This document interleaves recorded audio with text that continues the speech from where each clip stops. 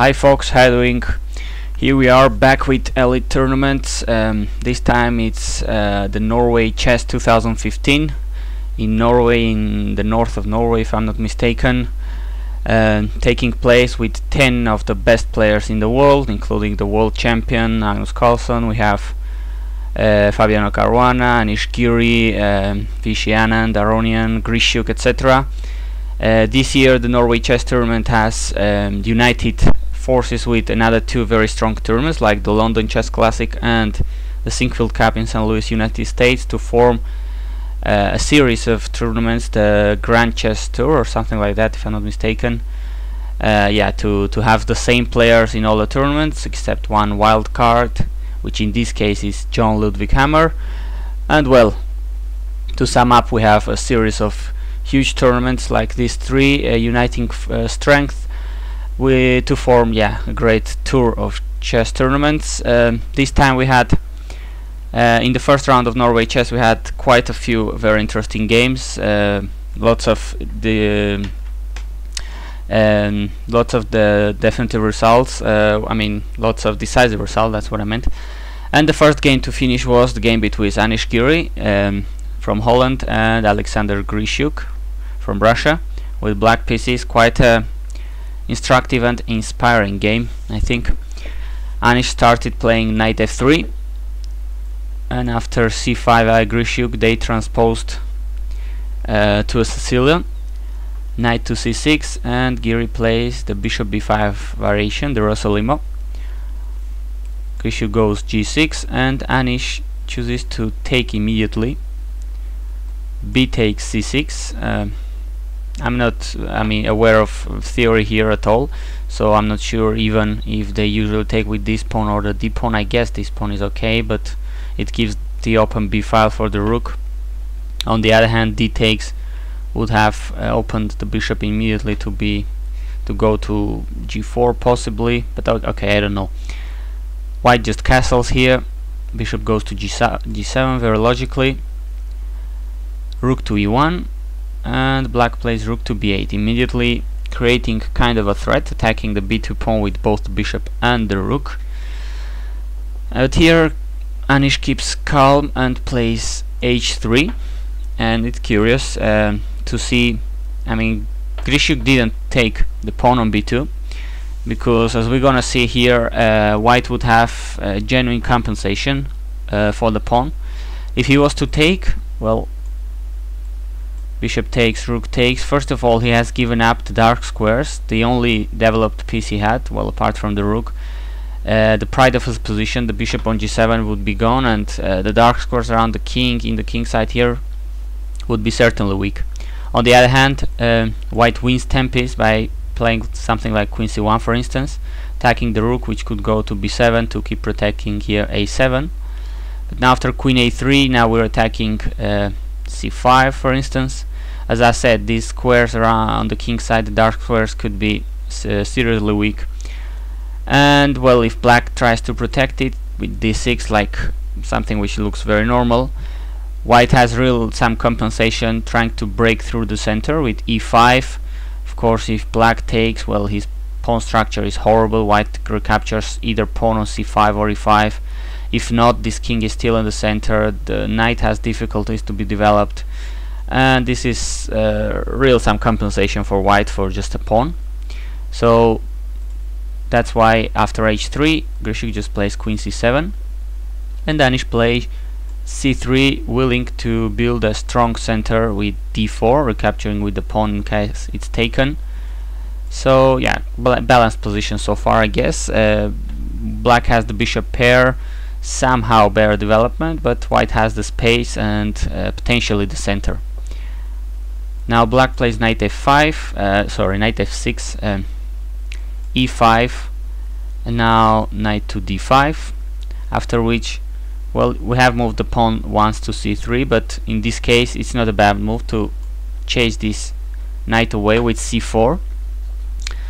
And this knight really has to be careful where it goes. For instance, going to f4 is not that a great idea, because now we attack it with tempi. We go d4, the knight is attacked again, has to step back to e6, and now d5, c takes, and the position starts to be somehow risky for black, as after knight d4 we're not just taking the pawn, that would be helping black in fact, but white could have this very strong d6 move, attacking the queen.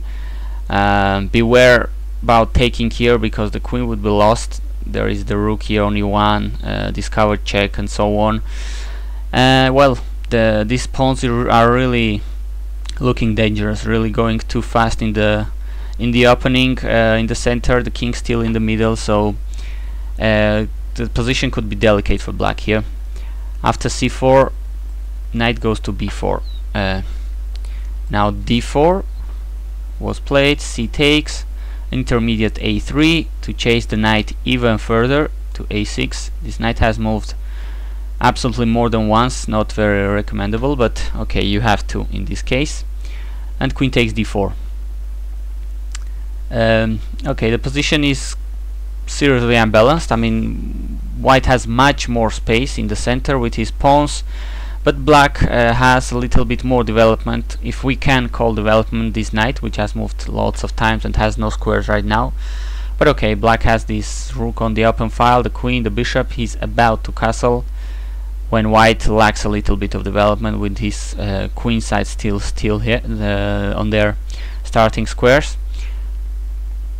Black castles, and here a very nice move by white, by Giri, which in fact confirms that white has some serious advantage. Black's position is not comfortable at all, because trying to stop like white does d6 confirms that black doesn't have many moves here. I mean, the position is a little bit claustrophobic, even though he has almost completed development, but this knight has no moves. The bishop only could go to b7 to stare at his own pawn.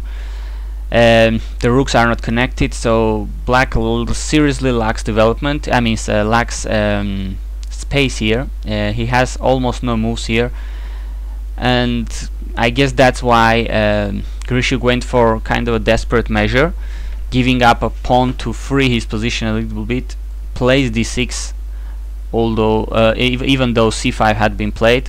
Well, this means you're losing a pawn, of course, a passed pawn in fact, and Grischuk went queen b6, trying to get an endgame, in which case after rook takes, well, he would be putting lots of pressure on b2, and with the bishop pair it may be holdable, but Anish refuses the queen exchange and goes to h4, setting up ideas like bishop h6 or knight g5 maybe. Black plays knight c5. He would like to go, for instance, to d3 or b3, exchange some pieces maybe, but here Anish plays very, very intelligently. I mean, this is a move that defines a strong player, strong GM like Anish Giri. He doesn't just keep on protecting his b2 pawn in this case, which is under some pressure, but rather gives it up, exchanges one advantage for another. In this case he's up a pawn, but he gives the material up to have to complete his development. In this case, pins the knight. Black takes the pawn, threatening the rook, of course, and knight bd2.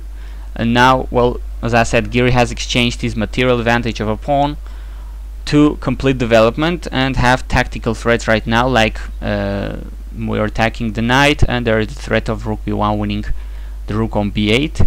So the only move black has is to defend from both threats, is to play knight to d7. Still, rook a b1, queen takes a3, rook takes, knight takes. I mean, now it's even black who is up a pawn, but we still have this passed pawn here on d6, and certainly much more active pieces. I mean, look at this knight, the bishop, the rook, while we have possibilities like bishop h6. Certainly a very good choice, getting rid of black's bishop pair, and as we're gonna see, weakening black king, which is going to be absolutely key here. well, Grischuk tries to develop again his knight. This knight has moved already, I don't know, lots of times, way too many. Anish Giri takes, and now queen d4 check. King g8. Now, after knight d4 by white, again, black has 1, 2, 3, 4, 5 pawns, white has 4. But white stands better. Why? Well, first of all, compare piece by piece. White's king is absolutely safe, black's king is not that safe. The dark squared bishop is gone, which means that these squares are seriously weak. We're gonna see in a couple of minutes. This is going to be important. White queen stands in the center, demonstration of how powerful the queen is in the center, while black queen, okay, is on a3, not that powerful. The rook on f8 is not very active, we could say. On e1, white rook is better. Compare the minor pieces. I mean, white is better, although he's a pawn down. His pieces are much more active, simply. Rook e8 was played here, and king h2. And the key moment here, where Grischuk makes a heavy mistake, apparently. a5 he plays. Now we're gonna see why. As I said, white has the much better placed pieces, although he's down a pawn, and now it's going to be well, now black king is, as we saw, somehow weak, and the active pieces of white are going to tell the story. Knight fg5, a very dangerous move for black, and if he doesn't notice what's going on, well, this could end really soon.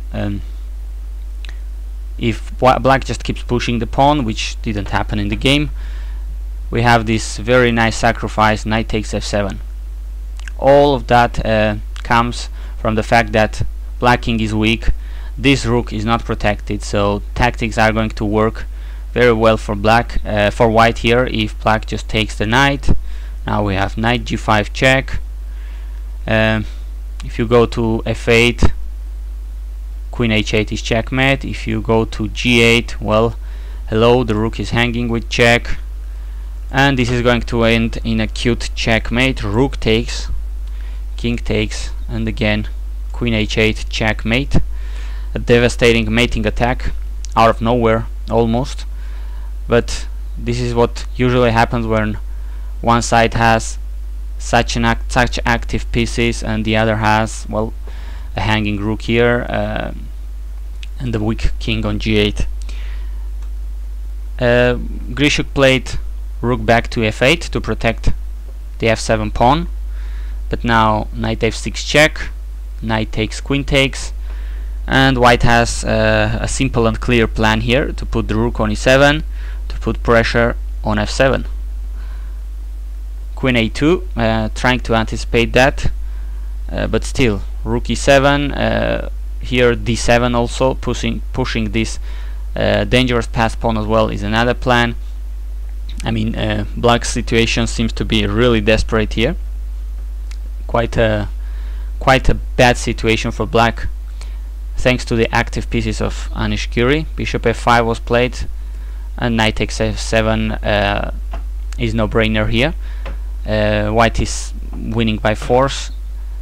Queen takes, Grischuk has to sacrifice the queen, otherwise if you want to take with the rook, well, guess what, black is getting checkmated. So queen takes f7 was played, rook takes, and now white has the queen for a couple of pieces, and this is not very difficult to win for this caliber of players. King g7, and now this is a matter of some technique.